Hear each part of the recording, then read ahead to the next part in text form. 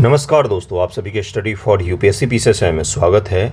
आज तारीख है 14 सितंबर 2024 ईस्वी और आज का न्यूज़पेपर आर्टिकल डिस्कशन का ये वीडियो होगा।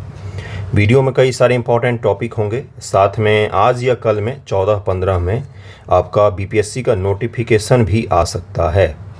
नोटिफिकेशन आ सकता है आज और कल, ज़्यादा चांस है कि आज कल में आपका नोटिफिकेशन आ जाए।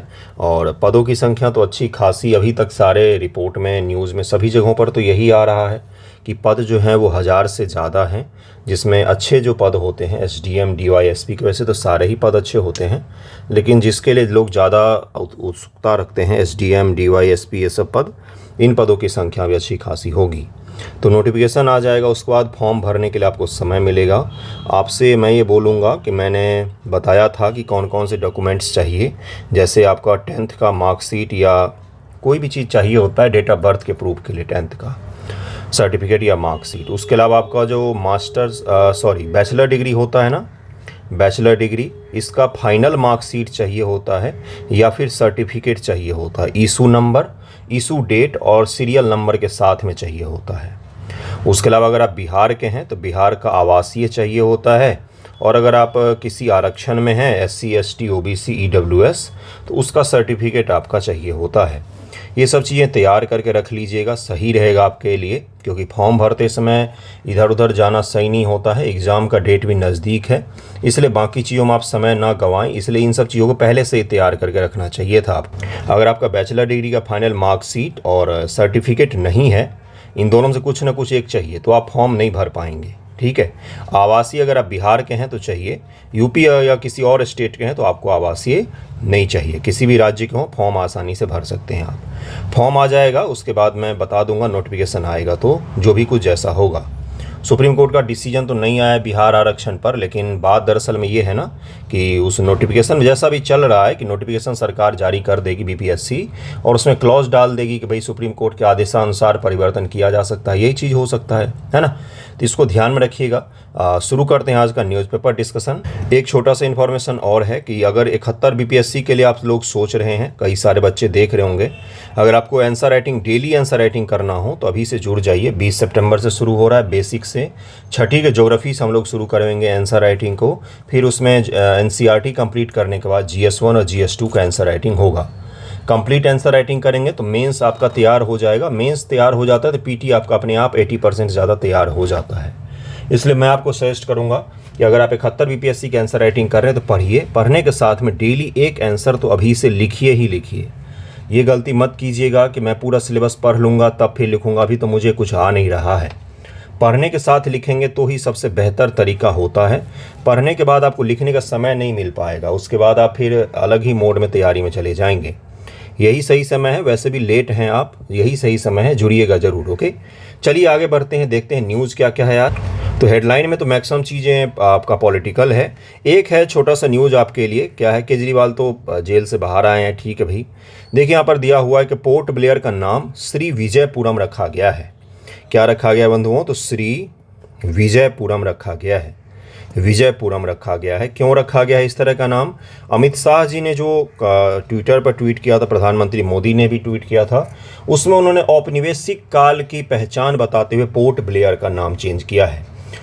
उन्होंने बार बार बोला कि औपनिवेशिक पहचान है ये पोर्ट ब्लेयर का। ब्लेयर का देखिए, पोर्ट का मतलब तो बंदरगाह हो गया है ना। ब्लेयर क्यों नाम पड़ा था? दरअसल में ब्लेयर एक अंग्रेज अधिकारी थे जिन्होंने सबसे पहले सर्वे किया था इस पोर्ट ब्लेयर द्वीप का, और अंडमान में है ये, अंडमान का कैपिटल ही है ये। और सर्वे करने के पश्चात उन्होंने सर्वे रिपोर्ट ब्रिटिश राज के समक्ष रखा था, और उस रिपोर्ट के आधार पर फिर ब्रिटिशर्स के द्वारा, इस सर्वेक्षण के पश्चात ब्रिटिशर्स के द्वारा इसको कॉलोनाइज किया गया था, औपनिवेश बनाया गया था। तो इसीलिए इसका नाम पोर्ट ब्लेयर पड़ गया था। विजयपुरम क्यों नाम दिया गया है? ध्यान से सुनिएगा। राजेंद्र चोल का नाम सुना आपने? राजेंद्र चोल, उसने इंडोनेशिया, श्रीलंका, सभी जगहों पर अटैक किया था। तो बंगाल की खाड़ी जो थी ना बंधुओं, यहाँ पर था चोल साम्राज्य। ये है पूरा Bay of Bengal. Bay of Bengal को चोलों का झील कहा जाता था। चोलों ने इस कदर से इस पर कब्जा जमाया हुआ था कि बोलते थे चोल साम्राज्य का झील है क्या, तो बे ऑफ बंगाल। तो इसी बे ऑफ बंगाल में उपस्थित है कौन सा? तो अंडमान निकोबार द्वीप समूह। इसको उन लोगों ने बेस बनाकर इंडोनेशिया पर सैकड़ों अटैक किए थे। किसने? चोल साम्राज्य के शासकों ने। तो इसीलिए इसका नाम विजयपुरम अब कर दिया गया है। साथ में जो आज़ादी के दौरान सुभाष चंद्र बोस जी के अध्यक्षता में यहाँ पर पहली स्वतंत्र भारत की निर्वासित सरकार भी बनाई गई थी। एक तो राजा महेंद्र प्रताप ने बनाई थी अफगानिस्तान में, और एक यहाँ पर बनाई थी सेकेंड वर्ल्ड वॉर के समय में। किसने? तो सुभाष चंद्र बोस जी ने, है ना। और उसके साथ में यहाँ पर काला पानी वाला जेल भी है। यहाँ पर विनायक दामोदर सावरकर और उनके जैसे कई सारे स्वतंत्रता सेनानियों को जेल में भी बंद रखा गया था। तो पोर्ट ब्लेयर हमेशा से ही हिंदुस्तान के लिए काफ़ी ज़्यादा इंपॉर्टेंट रहा। अब उसका नाम चेंज किया गया सेंट्रल गवर्नमेंट के द्वारा। वर्तमान में वो एक यूटी है, वर्तमान में एक यूनियन टेरिटरी है। और अब द्वीपों के विकास पर भारत सरकार थोड़ा ज़्यादा ध्यान दे रही है, और मेरे हिसाब से बिल्कुल सही किया है नाम बदलकर। नाम बदलना ही चाहिए था, भारतीय जैसा कुछ नाम होना चाहिए था। अंडमान निकोबार का पोर्ट ब्लेयर नाम बिल्कुल परफेक्ट दिया गया है। इसके साथ में आज हम लोग एक और न्यूज़ पढ़ेंगे। दरअसल में कल बर्लिन में, कल के न्यूज़पेपर में था, फ्राइडे को बर्लिन में हमारे विदेश मंत्री जी गए थे, और वहाँ पर उन्होंने सांची का स्तूप का एक नमूना बनाया गया है, उसको देखा, उसके आर्किटेक्चर को देखा, समझा, और सांची का स्तूप इसके कारण से चर्चा में आ गया है। तो ज़रा सांची का स्तूप को हम लोग समझेंगे। हमारे विदेश मंत्री जी खुद वहाँ पर विजिट पर गए थे, और वहाँ पर बनाया गया है सांची का स्तूप का नमूना, एक बड़ा सा बनाया गया है कहाँ पर? बर्लिन में। तो ज़रा उसको देखते हम लोग, फिर आगे बढ़ेंगे। देख ही सकते हैं न्यूज़पेपर में क्या आया है कि from Ashoka time to now, Sanchi to Europe, a story of great stupa. Stupa क्या होते थे? तो बौद्ध भगवान बुद्ध के शारीरिक अवशेष पर, उनका जब महापरिनिर्वाण हुआ था उसके पश्चात उनके शरीर के अवशेष को बांट लिया गया था अलग अलग जनपदों के द्वारा। तो उस पर क्या हुआ? तो उस पर बड़े से मंदिरनुमा, मंदिर ही बोल सकते एक तरह का, बनाया गया, जिसमें बौद्ध और बौद्ध भगवान से जुड़े अवशेष या प्रमुख बौद्ध अनुयायियों से जुड़े हुए अवशेषों को रखा जाता है। उसमें एक छोटी सी टीन की डब्बी होती है जिसमें उस अवशेष को रखा जाता है। उसी के इर्द गिर्द इस स्तूप का निर्माण किया जाता है। स्तूप के बारे में यूपीएससी ने 2022 ईस्वी में भी सवाल पूछा है, 2020 ईस्वी में भी पूछा था। हर साल ही, हर 2 साल 3 साल पर आपको पीटी में एक आध सवाल देखने को मिलेगा। उसके साथ में मेंस में भी पूछा जाता है, आर्ट एंड कल्चर में पूछा जा सकता है आपसे स्तूप निर्माण, बिल्कुल पूछा जाता है बीपीएससी में। तो ज़रा उसको भी देखेंगे मेंस के पॉइंट ऑफ व्यू से भी। आप यहाँ पर देखेंगे तो उन्होंने गेट जो हमारे external affairs minister S Jaishankar Wednesday जो हैं, उन्होंने replica east gate of Sanchi, Sanchi का स्तूप का पूर्वी जो गेट है उसके रिपेलिका को कहाँ पर? तो बर्लिन में हम्बोल्ट फोरम म्यूजियम में उन्होंने देखा, और वहाँ पर इस रेप्लिका को बनाया गया है। इसका डुप्लीकेट एक बनाया गया है सांची के स्तूप के पूर्वी द्वार। अगर स्पेसिफिक में बोल रहा हूँ तो यानी कि और भी द्वार होंगे, है ना, और उस द्वार की खासियत अलग होगी, ध्यान दीजिएगा। इसलिए ज़रा हम देखते हैं कि ईस्ट गेट क्या है, यूरोप गेट क्या है, कौन सा कहा जाता है यूरोप का गेट। सांची का स्तूप में उसका पुनः निर्माण हुआ था, किस प्रकार से बनाया गया था इसको, इसमें कब बनाया गया था और क्या है इसमें, इन सभी चीज़ों को हम लोग ज़रा डिटेल में समझते हैं। ओके, देखिए ज़रा क्या है कि सांची का स्तूप का निर्माण, इसका निर्माण सम्राट अशोक ने, देखिए हम लोग हिंदी में जब पढ़ते हैं ना इतिहास को तो वहाँ पर अशोक लिखा रहता है, लेकिन इंग्लिश का पर कोई आप बढ़िया बुक उठाकर देखेंगे ना, देसी राइटर छोड़ के विदेश का राइटर देखेंगे तो वो एक शब्द जरूर लिखते हैं, द ग्रेट अशोका। हिंदी में भी कुछ राइटर यूज करता अशोक महान, लेकिन इंग्लिश वाले कभी ग्रेट शब्द नहीं हटाते हैं। इतिहास में कुछ ही लोग हैं जिनके नाम के पीछे लगाता है, जैसे छत्रपति शिवाजी महाराज हैं, अशोक हो गया, इनके नाम के पीछे ग्रेट लगता है, ठीक ना। अकबर के नाम के पीछे लगता है। ईसापुर में करवाया गया था। इसका निर्माण की देखरेख अशोक की पत्नी देवी ने किया था, जो पास के व्यापारिक शहर विदिशा से थी। मध्य प्रदेश में है ये, है ना। सांची परिसर के विकास को विदिशा के व्यापारिक समुदाय से संरक्षण प्राप्त हुआ। तो देखिए भारत का जो व्यापारिक समुदाय रहा है, भारत नहीं दुनिया भर का, वही दरअसल में बड़े बड़े निर्माण कार्यों में मदद करता है। जैसे राम मंदिर बना है, आपको क्या लगता है भारत के सभी लोगों ने पैसा दिया, मैंने भी दिया, आपने भी दिया होगा, कुछ न कुछ तो सभी देते हैं, कुछ न तो भाई 1000 रुपया तो दे ही सकते हैं, दिया भी है, श्रद्धा होती है अपनी अपनी। मेरी श्रद्धा थी, मैंने दिया। तो आपको दिखा होगा कि भारत में जो भी बड़े निर्माण होते हैं या कोई भी मंदिर बनता है उससे व्यापारिक समुदाय बढ़ चढ़ कर भाग लेता है, और सबसे ज़्यादा दान भी पुण्य वही करते हैं क्योंकि उनके पास पैसा होता है। तो उस समय भी यही प्रणाली थी। वहीं से उससे पहले से भी यही प्रणाली चली आ रही है।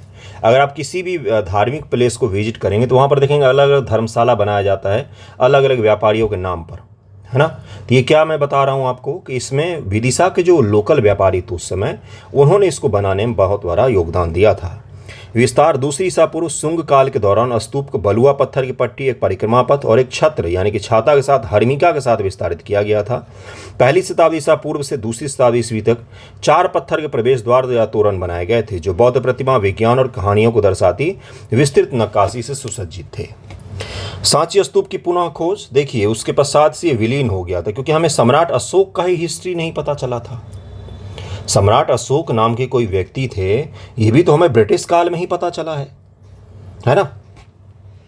1818 में जब ब्रिटिश अधिकारी हेनरी टेलर ने इसकी खोज की तब यह पूरी तरह से खंडहर अवस्था में था। 1818 में ब्रिटिश अधिकारी हेनरी टेलर ने इसकी खोज की, है ना।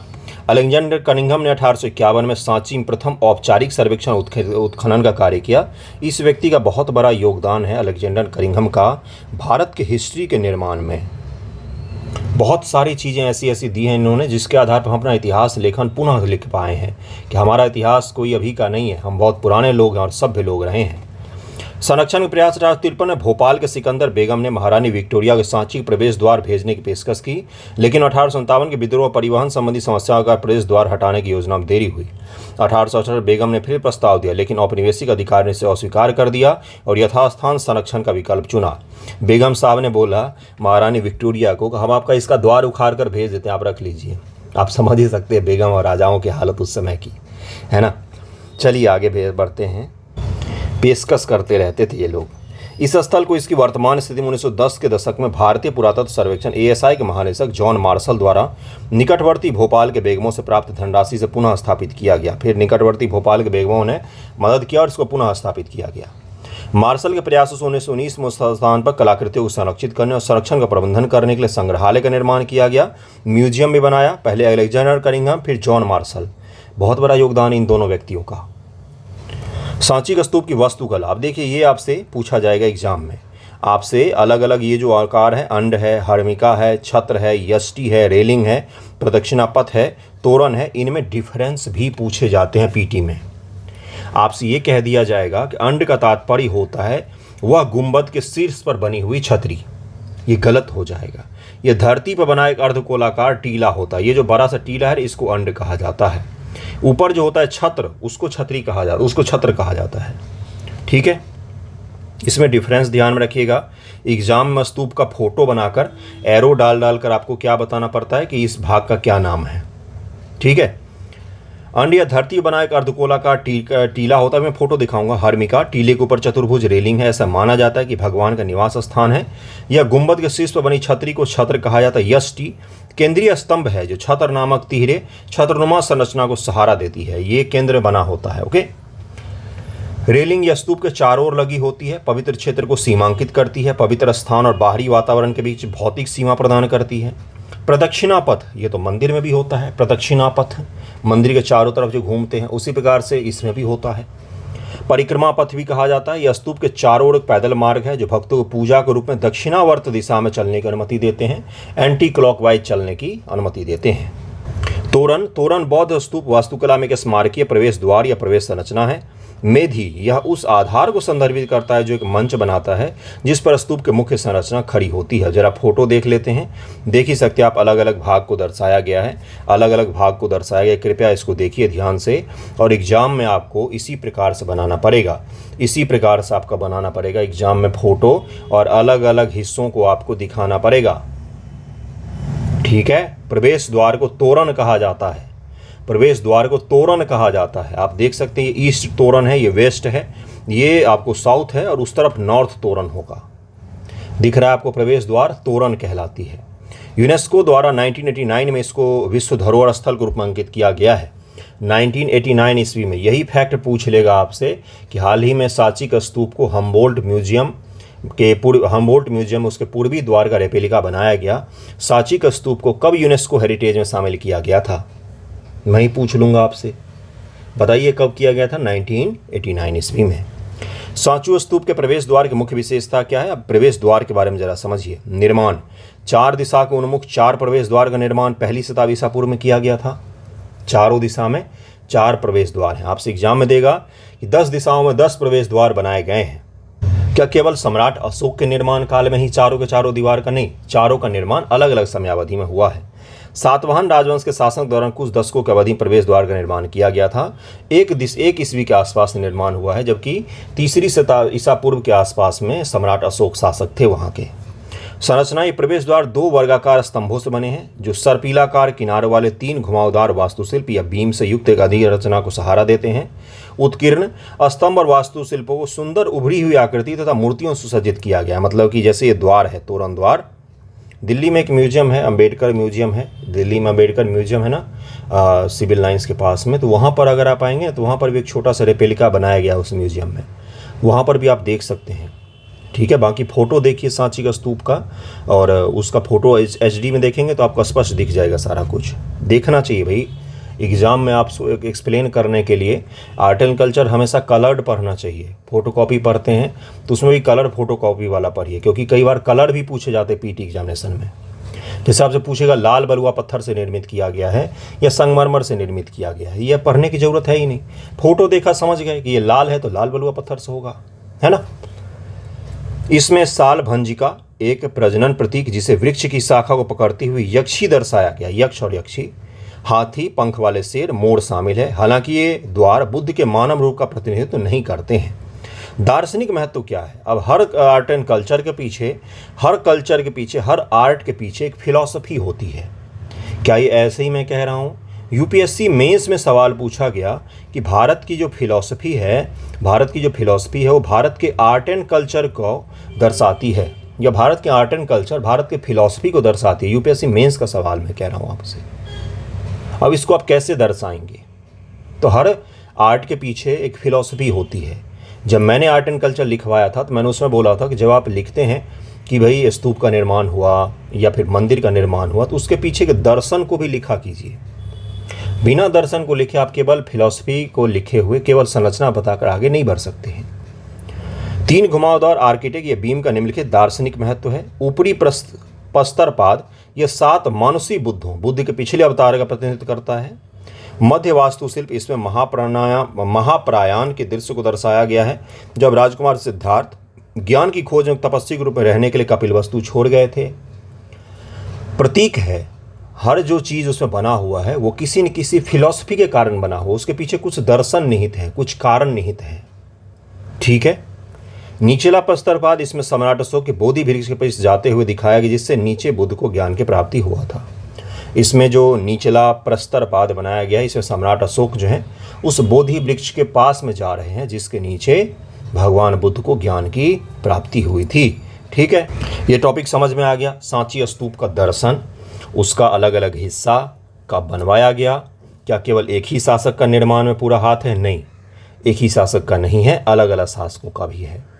इसके पूर्वी द्वार का पुनरुद्धार ब्रिटिशर्स के समय में करवाया गया था, इसलिए पूर्वी द्वार को कई बार यूरोप द्वार भी कह दिया जाता है। क्या कह दिया जाता है? यूरोप द्वार कह दिया। तो पूर्वी द्वार का ही रेप्लिका बर्लिन के हम्बोल्ट म्यूजियम में बनाया गया है। इतना ध्यान में रहेगा आपको। नेक्स्ट टॉपिक पर चलें। अगला टॉपिक देखिए क्या है। अगला न्यूज़ देखिए क्या है कि लगातार इंदौर जो है वो टॉप कर रहा था क्लीनेस्ट सिटी रैंकिंग में। आपको पता होगा कि union housing and urban affairs ministry कौन सा? तो शहरी मंत्रालय जो है भारत सरकार का, वो शहरों के बीच में एक स्वस्थ प्रतिस्पर्धा को लेकर एक रैंकिंग जारी करती है हर साल, जिसका क्या नाम होता है? Cleanest city ranking. जैसे 2023 का संस्करण जारी हुआ था, 2023 में भी टॉपर इंदौर था, 2024 में भी टॉपर इंदौर रहा है। 2024 का जारी हो गया है शायद, क्या देखिएगा एक बार। 2022 में भी टॉपर था। लगातार 7 वर्षों से इंदौर शहर टॉप कर रहा है इस सिटी रैंकिंग में, जब से जारी हो रहा है ये चीज़ें। ध्यान से सुनिएगा, इसको जारी करने के पीछे तर्क क्या है और आज का न्यूज़ क्या है। लगातार वो टॉप कर रहा था, तो भारत सरकार के अभी जो अर्बन अफेयर्स मिनिस्टर हैं, क्या नाम है उनका? तो मनोहर लाल खट्टर, जो पहले हरियाणा के मुख्यमंत्री हुआ करते, तो उन्होंने बोला कि अब इस टॉपर को हम अलग करेंगे। क्यों? क्योंकि इससे बाकी के जो वीक बच्चे हैं उनमें एक ये चीज़ आ सकती है, जैसा इस न्यूज़ में लिखा वही सब मैं बता रहा हूँ, मैं कहानी नहीं बता रहा हूँ। इसमें जो लिखा उसका क्रक्स बता रहा हूँ आपको। तो उन्होंने बोला कि बाकी जो इसमें शहर हैं उनके अंदर ये चीज़ आ सकता है कि भाई टॉप रैंक तो एक ही को मिला हुआ है, वो फिक्स ही है, तो हम फिर मेहनत क्यों करें। तो उन्होंने एक नया कैटेगरी शुरू कर दिया, गोल्डन सिटीज़ कैटेगरी, जिसमें क्या होगा, जो शहर लगातार खूब अच्छा प्रदर्शन करेंगे उसको हम गोल्डन सिटी रैंकिंग में जारी उनको दे देंगे, गोल्डन सिटी रैंकिंग, और उनको सामान्य प्रतिस्पर्धा से हम लोग अलग कर देंगे, गोल्डन सिटी रैंकिंग में डाल देंगे। और इसमें इस बार सूरत को और इंदौर को डाला गया है। सूरत और इंदौर भारत में साफ सफाई को लेकर आपस में कंपटीशन करते हैं। हमारे बिहार को पता नहीं क्या हो गया है, यूपी का भी वही हाल है, हम लोग तो भाई भाई हैं, आस पड़ोस के सारे राज्यों को ले लीजिए वही हाल है। तो अब इस बार से गोल्डन सिटी का अवार्ड दिया जाएगा, जिसमें सूरत और इंदौर वर्तमान में चल रहे हैं।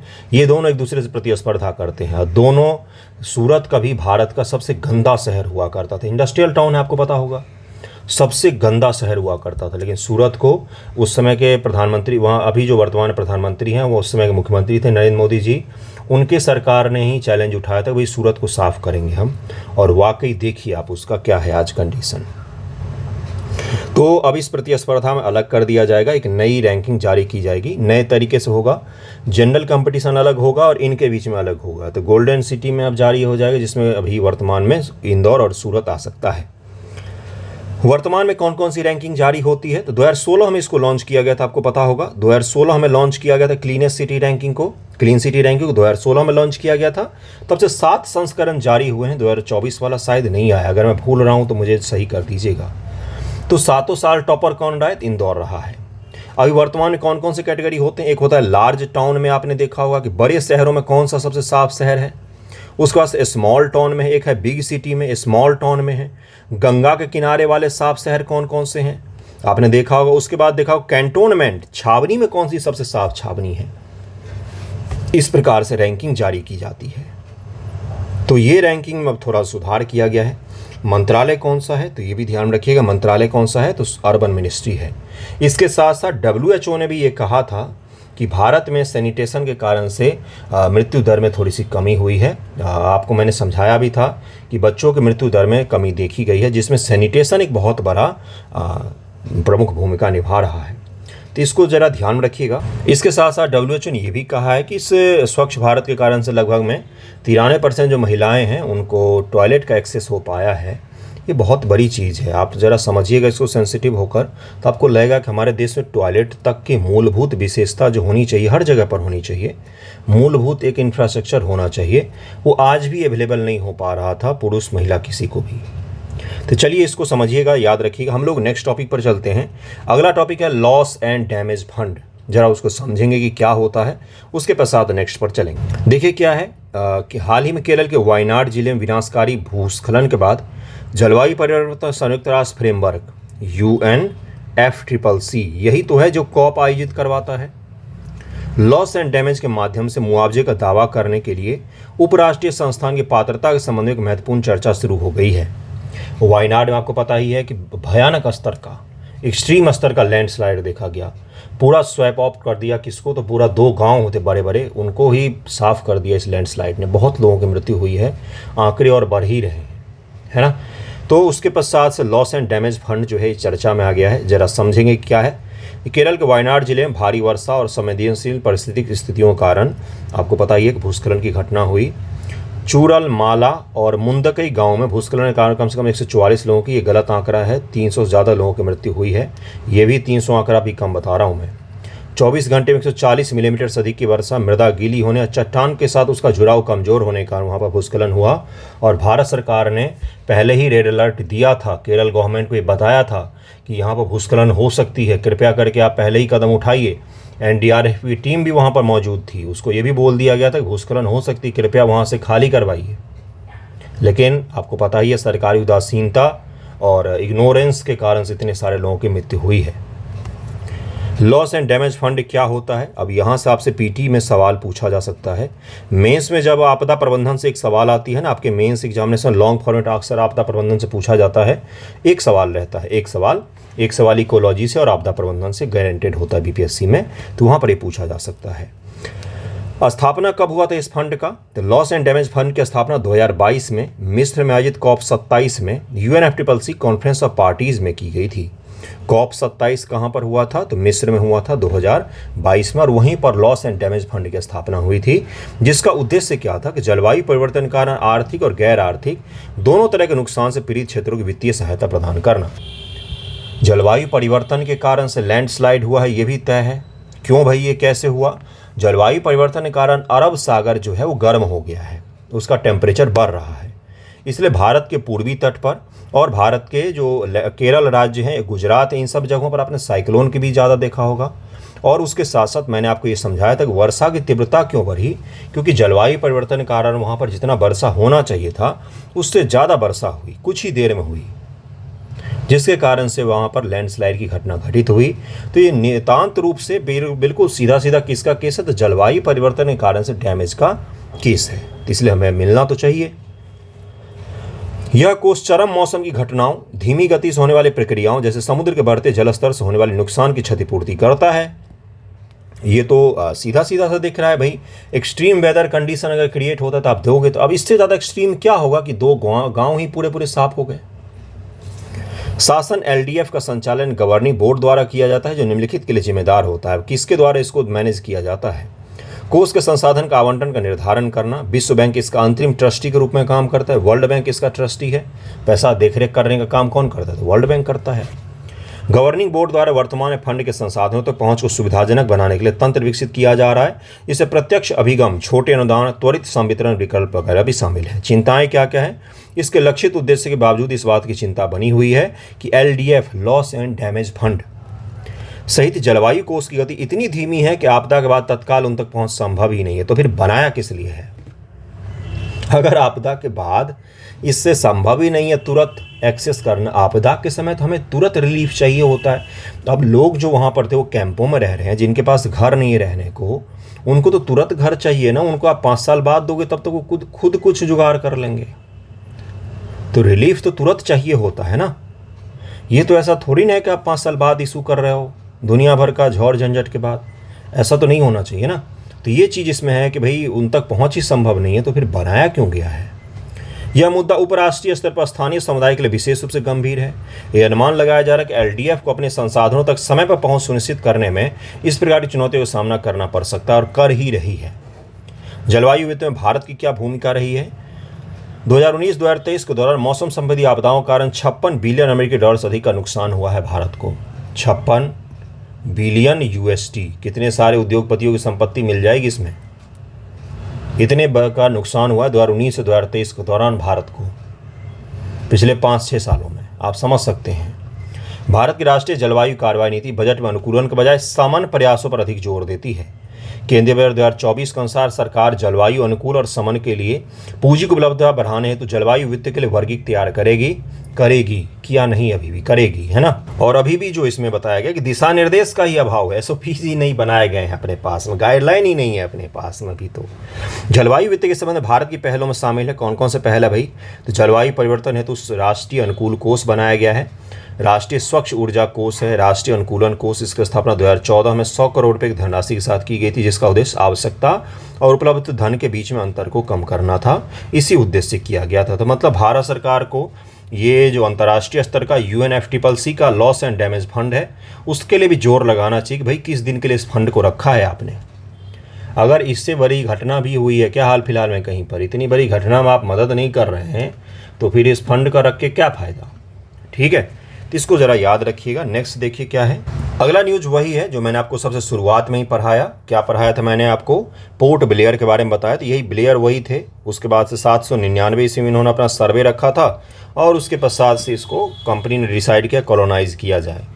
और ये जो विजयपुरम रखा गया, ये किससे संबंधित है? तो चोलों से संबंधित है। चोल साम्राज्य, राजेंद्र चोल 1100 ईस्वी के आसपास, और उन्होंने इसको बेस बनाकर अटैक किया था इंडोनेशिया के क्षेत्रों पर। और बंगाल की खाड़ी पर नियंत्रण रखने के लिए चोल जो थे वो दरअसल उपयोग करते थे किसका? अंडमान निकोबार के अलग अलग द्वीपों का। इंडोनेशिया पर भी उन्होंने नियंत्रण हासिल कर लिया था। श्रीलंका को भी विजय कर लिया था राजेंद्र चोल ने। तो उसका पिता कौन था? राजराज चोल, राजराज प्रथम, जिसने किसका निर्माण करवाया? तो उसने बृहदेश्वर के मंदिर का निर्माण करवाया था। विहदेश्वर का चोल मंदिर भगवान शिव को समर्पित मंदिर है, उसको दुनिया का सबसे अद्भुत मंदिर का नाम में एक है, यूनेस्को हेरिटेज है वो भी, उसका निर्माण करवाया था। तो ये जो विजयपुरम है कहाँ से जुड़ा हुआ है, चोल साम्राज्य से जुड़ा हुआ है। ओके, तो ये फैक्ट्स ध्यान में रखिएगा। आज इतने ही न्यूज़ थे, कुछ इंपॉर्टेंट होता तो और मैं करवाता ही आपको। थैंक यू सो मच आप सभी का वीडियो देखने के लिए।